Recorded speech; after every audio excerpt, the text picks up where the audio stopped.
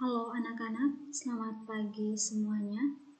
Apa kabar hari ini? Ibu harap semuanya dalam keadaan sehat walafiat. Jadi sekarang kita akan belajar PKW pengolahan, di mana pada semester ini kita akan belajar tentang makanan khas daerah dan juga makanan internasional. Dan pada hari ini kita akan lihat bersama-sama tentang makanan khas daerah. Nah, coba kalian lihat pada gambar ini. Ini ada makanan khas daerah NTT. Ini ada jagung bose, ada katemek, ada kue rambut, ada jagung titi, ada kompian, dan ada kue cucur. Jadi ini adalah sebagian dari begitu banyak makanan khas daerah kita, daerah NTT.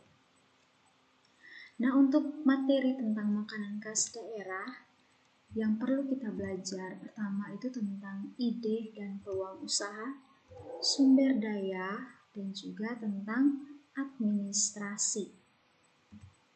Nah, perlu kita ketahui bahwa Indonesia itu merupakan suatu negara yang mana kaya akan sumber daya alami. Jadi sumber daya alam kita tuh sangat melimpah di mana-mana. Di mana sumber daya alam itu perlu sekali untuk dikembangkan. Di mana kita lihat dalam kehidupan sehari-hari di berbagai tempat, kita memiliki begitu banyak makanan khas daerah, begitu banyak cemilan-cemilan daerah yang mana kita lihat secara fisik dan juga rasanya begitu monoton dari tahun ke tahun. Dari dulu sampai sekarang memiliki penampilan atau memiliki rasa yang begitu monoton. Oleh karena itu, kita sebagai generasi penerus bangsa, kita harus melakukan sesuatu yang kreatif. Kita harus bisa kembangkan segala makanan khas kita, segala cemilan kita menjadi sesuatu, menjadi makanan yang diminati oleh banyak orang. Oke, jadi hal pertama yang harus kita ketahui atau kita lihat yaitu peluang usaha. Jadi peluang usaha itu kesempatan yang dimiliki seseorang untuk mencapai tujuan, yaitu keuntungan, uang, kekayaan dengan cara melakukan usaha yang memanfaatkan berbagai sumber daya yang dimiliki. Jadi sebelum membuka suatu usaha, misalkan di antara kalian ada yang tertarik untuk membuka usaha makanan, jadi hal pertama yang harus dilakukan itu harus melihat peluang. Kira-kira apa yang diinginkan oleh banyak orang atau apa yang diinginkan oleh konsumen. Peluang itu menjadi landasan bagi kalian untuk bisa memikirkan atau menemukan ide. Kira-kira usaha apa yang pantas atau usaha apa yang dapat saya lakukan. Nah, kita lihat ada peluang usaha potensial atau peluang usaha yang paling penting atau yang utama. Peluang yang pertama mempunyai nilai jual yang tinggi. Harus pikirkan sesuatu, pikirkan usaha yang mana mempunyai nilai jual yang tinggi. Yang berikut harus bersifat nyata dan bukan ambisi. Jadi jika kalian ingin buka usaha, jangan hanya sebatas ide, tapi harus dinyatakan dalam kehidupan. Harus bisa membuka usaha, harus bersifat nyata. Jangan hanya bersifat ambisi saja. Skala usaha dapat ditingkatkan atau diperbesar. Jadi skala usaha itu dapat ditingkatkan atau diperbesar. Yang berikut, bertahan lama atau berkelanjutan di pasar. Jadi makanan khas daerah kita atau cemilan-cemilan daerah kita kita harus kemas sedemikian rupa sehingga makanan itu bisa bertahan lama dan diterima di pasar. Diterima di pasar artinya diterima oleh semua kalangan, baik anak-anak, orang dewasa maupun orang tua. Tidak terlalu banyak modal, tetapi berpotensi menguntungkan. Jadi pikirkan suatu usaha yang mana modal yang dikeluarkan itu tidak terlalu banyak, tetapi memiliki keuntungan. Jadi kalau mau membuka usaha makanan, apalagi sumber daya alam yang kita miliki itu begitu banyak, begitu kaya, kita bisa manfaatkan sumber daya alam yang kita miliki untuk membuka usaha. Contohnya bisa membuka usaha cemilan misalkan buat keripik dari pisang atau dari ubi, itu bisa. Atau buat jagung goreng, itu usaha-usaha kecil yang mana modal yang dikeluarkan tidak terlalu banyak, tetapi berpotensi menguntungkan. Oke, peluang usaha. Jadi setelah menemukan adanya peluang usaha, maka akan muncul ide-ide usaha. Jadi kalau sudah pikirkan, sudah temukan, kayaknya di zaman sekarang, saat sekarang yang dibutuhkan oleh masyarakat itu masker, misalkan hand sanitizer, lebih simpelnya atau sederhana masker. Yang dibutuhkan sekarang itu masker. Dengan situasi sekarang, situasi corona, yang mana mengharuskan semua orang wajib menggunakan masker, maka muncul ide, kalau begitu hal yang harus saya lakukan yaitu bisa membuka usaha masker. Banyak sekali kain-kain yang saya miliki, dan saya memiliki keterampilan untuk menjahit, bisa menciptakan atau bisa membuat masker dan dijual. Atau juga bisa membuat makanan-makanan cemilan, karena saat sekarang banyak sekali orang-orang yang dirumahkan, tidak kemana-mana, dan cenderung mereka bosan, dan cenderung untuk memesan makanan atau memesan cemilan secara online. Nah, itu adalah salah satu peluang buat kalian untuk membuka usaha makanan ringan ataupun usaha-usaha lain yang saat sekarang sangat-sangat dibutuhkan. Dan untuk menemukan ide-ide usaha, ada faktor-faktor yang mempengaruhi. Yang pertama, faktor internal, dan yang kedua adalah faktor eksternal. Oke, kita lihat pertama faktor internal. Maaf, ada terpotong sedikit karena tertutup dengan layar ini. Jadi yang pertama, wawasan atau pengetahuan yang luas. Yang kedua, pengalaman dalam dunia usaha. Terus yang ketiga, pengalaman dan kemampuan dalam menyelesaikan masalah. Dan yang keempat, kemampuan dan pemahaman terhadap situasi dan kondisi. Jadi munculnya suatu ide usaha berdasarkan peluang-peluang usaha yang ditemukan dalam kehidupan. Itu juga dipengaruhi oleh faktor internal, itu juga dipengaruhi oleh kemampuan, dipengaruhi oleh pengetahuan yang dimiliki, terus punya niat atau punya jiwa bisnis.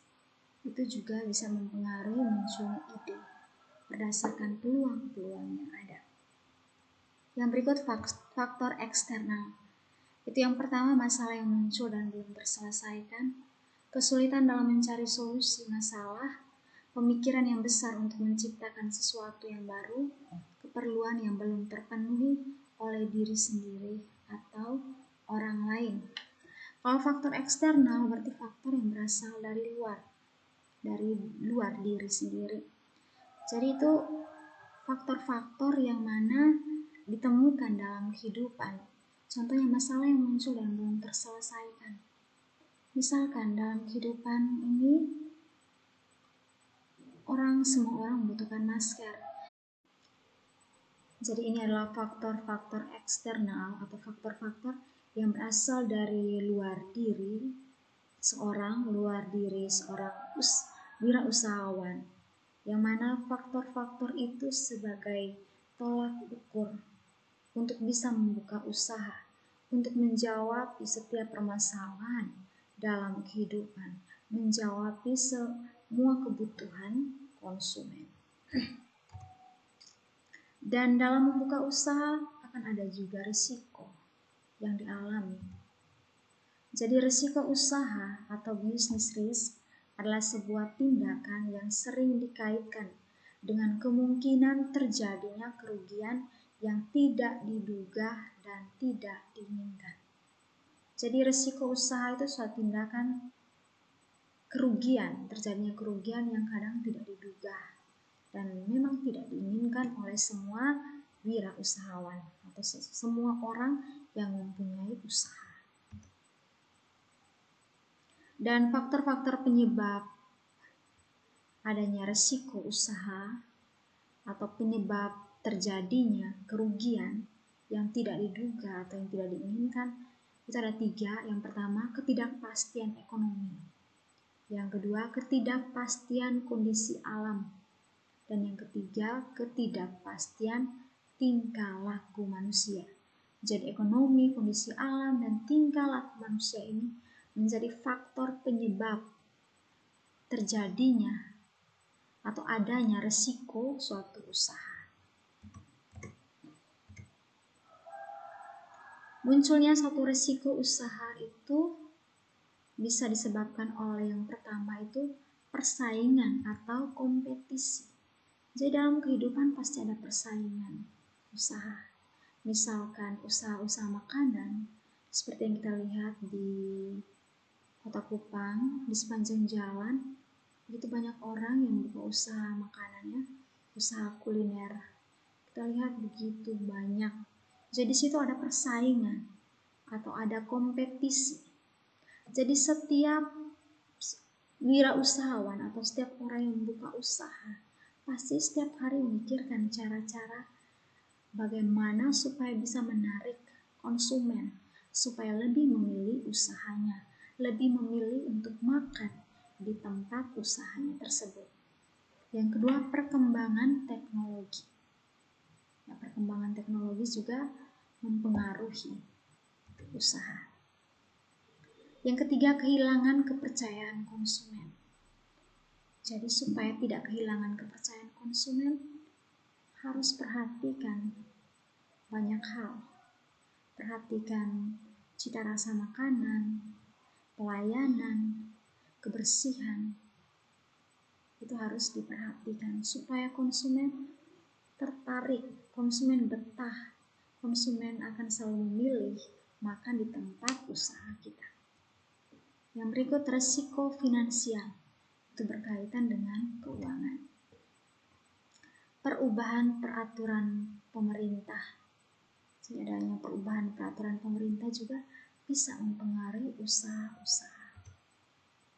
Yang berikut, resiko lingkungan. Mungkin karena lingkungannya kurang nyaman atau lingkungannya kurang bersih, itu bisa mempengaruhi usahanya. Usahanya bisa hancur atau bisa bangkrut. Jadi lingkungan juga mempengaruhi. Yang berikut, resiko pemasaran. Jadi harus pintar-pintar mencari cara untuk memasarkan usaha kita.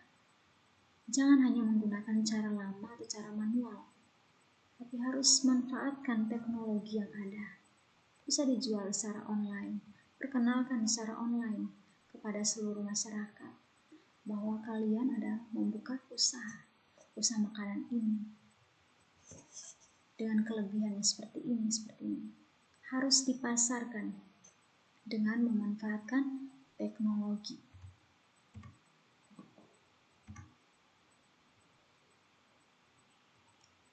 Jadi ini adalah cara-cara untuk mengatasi resiko usaha. Yang pertama, harus lakukan identifikasi resiko atau mengenali semua risiko.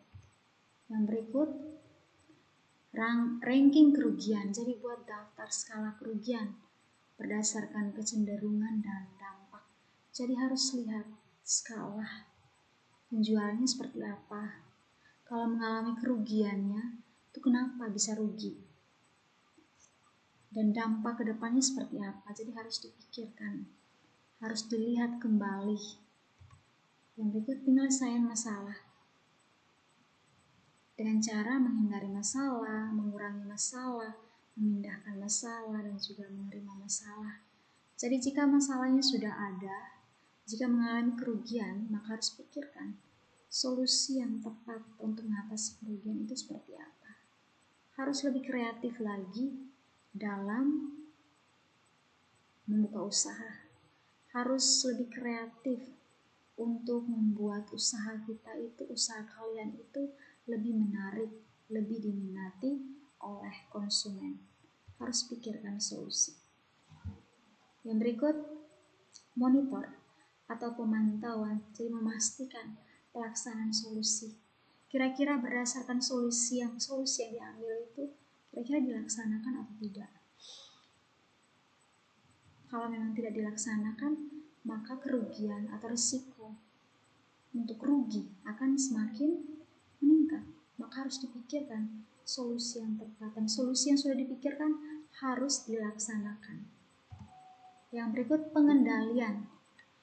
Penyusunan prosedur dan kebijakan respon terlaksana dengan baik secara berkelanjutan. Jadi setelah menjalankan atau melakukan solusi tersebut, harus dipantau bagaimana respon terhadap solusi yang sudah diambil. Apakah responnya baik? Kalau responnya baik, maka selalu ditingkatkan. Kalau responnya kurang baik, harus dipikirkan solusi yang tepat. Nah, kita lihat, jadi pada saat kita ingin buka usaha, kita harus lihat dulu peluang usaha. Maka akan muncul ide usaha. Dan setelah muncul ide usaha dan pada saat kita sudah membuka usaha, pasti akan ada risiko usaha.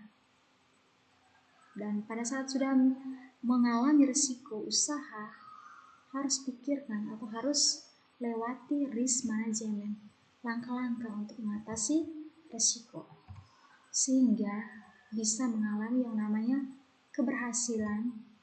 Dan jika tidak menjalankan dengan benar, maka pasti akan mengalami kegagalan. Jadi harus pikirkan, harus jalankan dengan baik, maka bisa mengalami yang namanya keberhasilan atau mengalami keuntungan. Oke, kita lihat tentang sumber daya yang dibutuhkan pada pengolahan makanan khas daerah. Itu ada man atau woman, tenaga kerja, ada materials atau bahan, ada mesin atau alat, ada methods atau cara, ada money atau uang, dan juga ada market. Jadi itu sumber daya yang mana wajib ada. Manusia, bahan, alat, cara, uang, market. Market itu berkaitan dengan pemasaran. Kira-kira tujuan pemasarannya itu untuk siapa? Apakah hanya anak-anak, orang dewasa, atau hanya orang tua? Jadi pikirkan usaha yang mana diminati oleh semua kalangan. Administrasi dan pemasaran usaha yang perlu dibuat. Menyangkut dengan administrasi dan pemasaran itu, yang pertama, surat izin usaha perdagangan, terus surat izin tempat usaha, ada NPWP, label halal, dan MUI, ada label BPOM. Oke, sekian materi tentang peluang, ide dan peluang usaha, sumber daya, dan juga administrasi dari makanan khas daerah. Selanjutnya Ibu akan kirimkan tugas untuk kalian kerjakan berkaitan dengan perencanaan usaha. Jadi kalian harus pikirkan usaha apa yang akan kalian buat ke depannya. Jadi Ibu akan kirimkan dalam bentuk Word nanti di WA group. Selamat siang semua, jaga kesehatan, sehat selalu, dan tetap jaga jarak, gunakan masker, dan jangan lupa cuci tangan sebelum dan sesudah melakukan aktivitas. Selamat pagi semuanya.